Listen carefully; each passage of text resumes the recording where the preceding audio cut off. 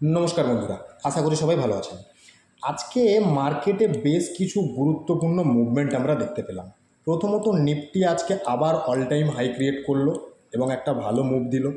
সেই সাথে মার্কেটে বেশ কিছু স্টকে কিন্তু আজকে ভালো মুভ দেখা গেছে এবং তার মধ্যে অবভিয়াসলি বেদান্তা রয়েছে, যেটা এই সপ্তাহে আমার হট পিক ছিল বা টপ পিক ছিল বলা যেতে পারে। অলরেডি 12%-এর কাছাকাছি রিটার্ন জেনারেট করে দিয়েছে। তো সেরকম কিছু স্টক নিয়ে কথা বলবো যে স্টকগুলি বেশ ভালো টেকনিক্যাল চার্ট তৈরি করেছে। এবং obviously Bajaj Housing Finance Limited স্টকটি নিয়ে কথা বলবো। স্টকটি কিছুদিন আগেই মার্কেটে লিস্টিং হয়েছে এবং একটা বেশ ভালো জোনে কিন্তু দাঁড়িয়ে রয়েছে।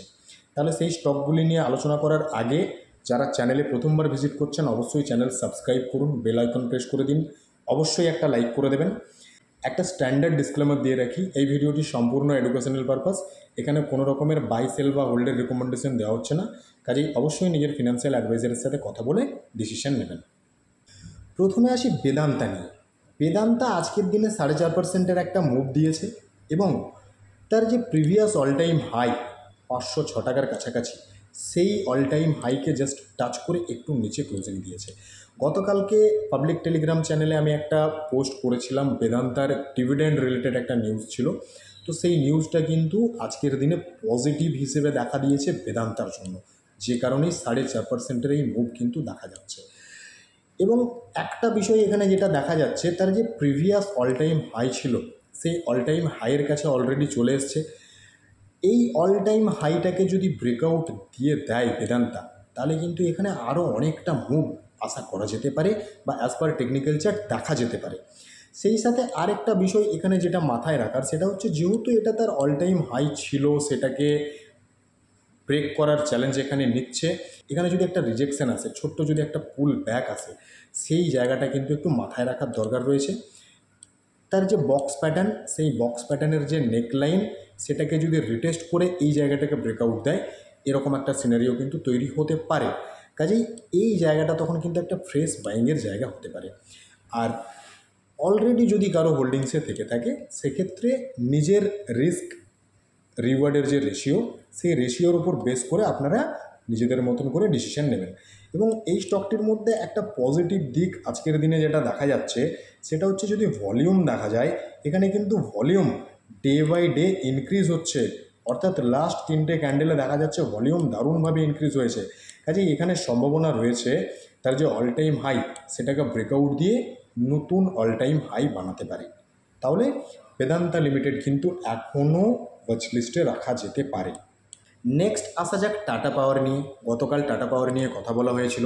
টাটা পাওয়ারের যে রিসেন্ট হাই ছিল, যেটা অল টাইম হাই বানিয়েছিল, সেটাকে অলরেডি আজকে ব্রেকআউট দিয়ে ওপরে স্টে করেছে এবং একটা ডিসেন্ট ভলিউম ক্রিয়েট করেছে।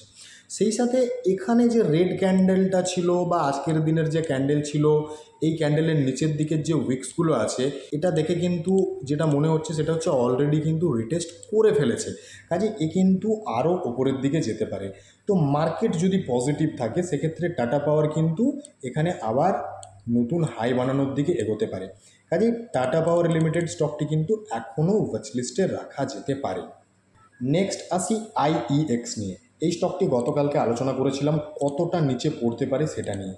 তো লাস্ট যেটা বলা হয়েছিল যে 50 ইএমএ এবং এই যে জোন, যে জোনটাতে এর আগে অলরেডি রিজেকশন পেয়েছিল, যেটা তার সাপোর্টের কাজ করতে পারে, সেই জায়গাতে কিন্তু সাপোর্ট নিতে পারে, একটা গুরুত্বপূর্ণ লেভেল সেটা হতে পারে। তো আজকের দিনে দেখা গেল এই জায়গাটার থেকেই কিন্তু বাউন্স ব্যাক নিল, 3%-এর একটা মুভ দিল, ডিসেন্ট একটা ভলিউম ক্রিয়েট করলো। অর্থাৎ এই জায়গাটা কিন্তু বাউন্স ব্যাক নিতে পারে, এরকম সিচুয়েশন যেটা গতকালকে সাপোর্ট নিয়ে দেখিয়েছিল, সেটা আজকে কিন্তু ফুলফিল করে ফেলেছে। এরপরে যেহেতু স্টকটি একটি নিউজের জন্য পড়েছিল, এই স্টকটি নিয়ে আমি বেশি কিছু বলবো না। এখানে একটা বিষয় মোটামুটি মাথায় রাখা যেতে পারে, সেটা হচ্ছে স্টকটি আজকের দিনের যে হাই বানিয়েছে, এই হাইয়ের উপরে যদি ফার্দার যেতে শুরু করে, সেক্ষেত্রে এখানে কিন্তু মুভ একটা আসার সম্ভাবনা রয়েছে। কাজেই আইইএক্স নিয়ে এই চিন্তাভাবনা মাথায় রাখা যেতে পারে। নেক্সট আসি বাজাজ হাউজিং ফিনান্স লিমিটেড স্টকটি নিয়ে। এই স্টকটি রিসেন্টলি আইপিও নিয়ে এসেছে এবং আইপিও যখন নিয়ে এসেছিল তখন আইপিওর চাহিদা ছিল তুঙ্গে। সেই সাথে স্টকটি কিন্তু মার্কেটে বেশ ভালো একটা আলোচনার জায়গা তৈরি করেছিল, অর্থাৎ পজিটিভ আলোচনার জায়গা তৈরি করেছিল। সেই জায়গাতে দেখা গিয়েছিল স্টকটি যখন লিস্টিং হয়েছিল তার যে লো ছিল 146 এবং এখানে 188 বা 189-এর একটা হাই ক্রিয়েট করেছিল। দেন এখানে একটা ফল দেখা গিয়েছিল বা বলা যেতে পারে প্রফিট বুকিং দেখা গিয়েছিল। আমি আজকে পাবলিক টেলিগ্রাম চ্যানেলে অলরেডি দিয়েছিলাম যে স্টকটিতে বাউন্স ব্যাক দেখা যাচ্ছে। তো অলরেডি দেখা যাচ্ছে এই যে ক্যান্ডেল, এখানে কিন্তু একটা বাউন্স ব্যাক দেখা যাচ্ছে এবং আজকের দিনের যে ভলিউম, সেই ভলিউমটা কিন্তু খানিকটা ইনক্রিজ করতে দেখা গেছে। অর্থাৎ যখন পড়ছিল তখন যেরকম ভলিউমটা ডিক্রিজ হচ্ছিল, এখানে ভলিউম কিন্তু ইনক্রিজ হতে দেখা গেছে। তো এখানে একটা বিষয় কিন্তু আমি মাথায় রাখছি, সেটা হচ্ছে যদি ইনস্ট্যান্ট এন্ট্রির কথা চিন্তা ভাবনা করি আমি, তাহলে এই জায়গাটাতে কিন্তু স্ট্রিক্ট আমি এসএল রাখছি 146। তাছাড়া আরেকটা বিষয় এখানে মাথায় রেখে যেতে পারে, আজকের দিনের যে হাই, এই হাইয়ের ওপরে যদি স্টকটি আবার ধীরে ধীরে যেতে শুরু করে, সেক্ষেত্রে এই মুহূর্তে 189-এর টার্গেট রেখে কিন্তু একটা চিন্তাভাবনা করা যেতে পারে। কারণ হচ্ছে কি, স্টকটির যে লিস্টিং প্রাইস ছিল সেই লিস্টিং প্রাইসের কাছাকাছি কিন্তু চলে এসেছে। কাজেই এখান থেকে একটা বাউন্স ব্যাক আসার সম্ভাবনা কিন্তু প্রবল। কাজেই বাজাজ হাউজিং ফিনান্স লিমিটেড স্টকটি কিন্তু ওয়াচ লিস্টে রাখা যেতে পারে।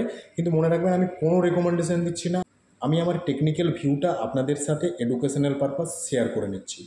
নেক্সট স্টকে আসার আগে পাবলিক টেলিগ্রাম চ্যানেল যারা এখনও জয়েন করেননি অবশ্যই জয়েন করে যান, এবং যারা চ্যানেল এখনও সাবস্ক্রাইব করেননি অবশ্যই সাবস্ক্রাইব করে দিন। পাবলিক টেলিগ্রাম চ্যানেলের লিঙ্ক আমি ডেসক্রিপশনে দিয়ে রাখছি। নেক্সট স্টকে আসি, টাটা মোটরস লিমিটেড। এই স্টকটি কিন্তু বেশ ভালো একটা টেকনিক্যাল চার্ট তৈরি করেছে এবং তার একটা বিশেষ সাপোর্ট জোনের কাছে দাঁড়িয়ে রয়েছে। স্টকটি কিন্তু এখান থেকে বাউন্স ব্যাক দিতে পারে, যে কারণে স্টকটিকে ওয়াচ লিস্টে রাখা যেতে পারে। অলরেডি এখানে নিচের দিকে একটা জোন ড্র করা রয়েছে, যে জোনটা কিন্তু স্টকটির জন্য স্ট্রং সাপোর্টের কাজ করছে। এর আগে এখানে একবার, দুবার, তিনবার এখানে ইলেকশন রেজাল্টের সময় ব্রেকডাউন দিল, ইমিডিয়েট সেটাকে ব্রেকআউট দিল, তারপরে আবার সাপোর্ট নিল, তারপরে একটা র্যালি দিল। এখন কি দেখা যাচ্ছে, স্টকটির মধ্যে কিন্তু ওয়ান সাইডেড ফল হয়েছিল, তারপরে এই সাপোর্ট জোনের কাছে এসেই প্রায় 2 সপ্তাহ ধরে কনসলিডেশনের মধ্যে আছে, যেটা কিন্তু স্টকটির জন্য একটা পজিটিভ দিক।